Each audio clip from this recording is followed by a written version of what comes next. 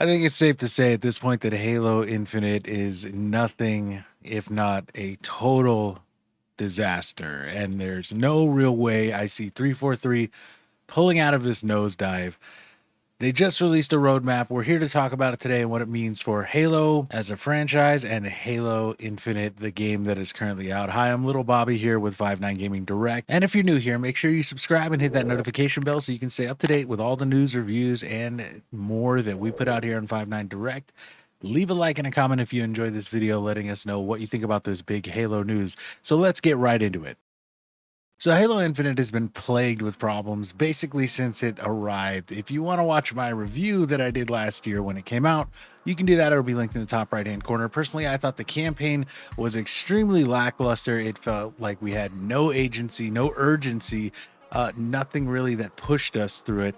Even on Legendary, I felt it was a very weak experience. And the fact that I couldn't play any co-op was something that was really kind of a bummer. So obviously fans of the series have been waiting for couch co-op. That's a thing that has been a Halo staple since the beginning of the series. I remember playing the campaign on Legendary with my brother, with my cousin, especially Halo Combat Evolved, the first game. That was a big thing, and it was so cool and so fun to be able to play such an engaging campaign together. Well, the roadmap that 343 released today shows us that there will be campaign co-op. However, the couch co-op, the local hop in with a sibling, hop in with a roommate, what have you, campaign co-op is going to be canceled. We will be getting network co-op, which is online play, and I think that's okay. But at the same time, one of the Halo staples has always been to hop in with two people, two controllers, hang out with a buddy, play the game together. And this is also a feature that was promised to us as players by 343 since the very beginning. They said, hey, it's not ready yet, but you know what? We're getting it. It's coming. It's going to happen. I don't understand why they're unable to do this with the infinite amount of money that Microsoft theoretically has to throw at them. I can only assume that it has something to do with the Xbox Series S not being able to handle rendering two different viewpoints in the same environment, especially if they're super far apart.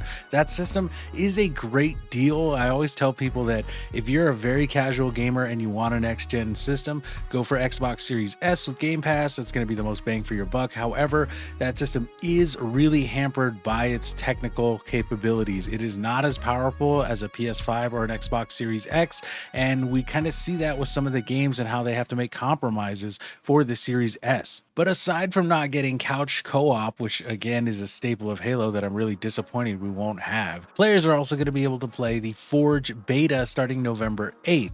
Now, Forge is something that was also supposed to come out with the base game, but it's taken a year by the time it comes out for Forge to make it into Halo, and it's only in a beta form. Now, from everything I've heard, the Forge mode so far has been really great, and Forge is another staple of Halo that you have to have because it's such a great community tool, and it's part of the reason that the community has fallen apart up to now. One of the big things that always has driven engagement in Halo for a long time has been that you can go in and you can play community-made maps, community-made game modes that are a lot of fun. I know my brother, he played around in Forge more than any other thing in Halo, and he loved Halo. He tried to get to rank 50 and stuff in Halo 2, Halo 3, all that in the online multiplayer, but he spent more time in Forge. He made maps, he made game modes, he played other people's game modes because that was part of the community experience. You're able to do things like build obstacle courses, make infection game modes, all these awesome things where you can just have a zany, crazy good time playing Halo, and that's fallen off with Halo Infinite. And it's been really sad because a big part of the online experience, like I said, is Forge. If you don't have Forge, you don't have one of those driving features for Halo fans to engage with, and we've seen that with the player numbers reflected. If I look at Steam, the concurrent player count as of right now is just over 3,200 people, and that is for one of the biggest IPs that has ever been released on the major PC gaming platform. That is not good for sales, for numbers in general. And Steam, you know, that's the people who played the game by making an actual purchase. These aren't the people who are doing the Xbox Game Pass thing. So these are the people who played for the game. It's down from an all-time high of 256,619 to now 3,247.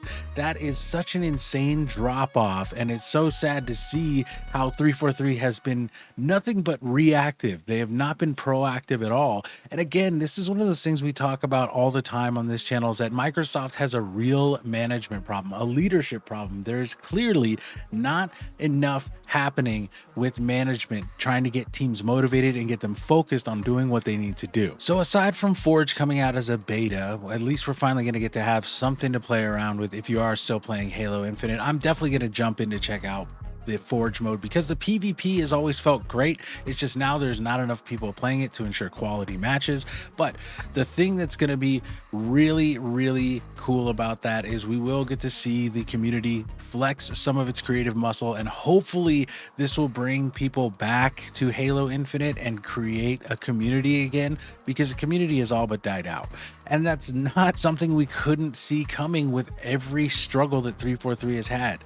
Now, one of the last bits of news is that we also see 343 announcing very subtly that they are putting a 4-month delay on the premiere of Season 3. Originally, that was supposed to come around in September.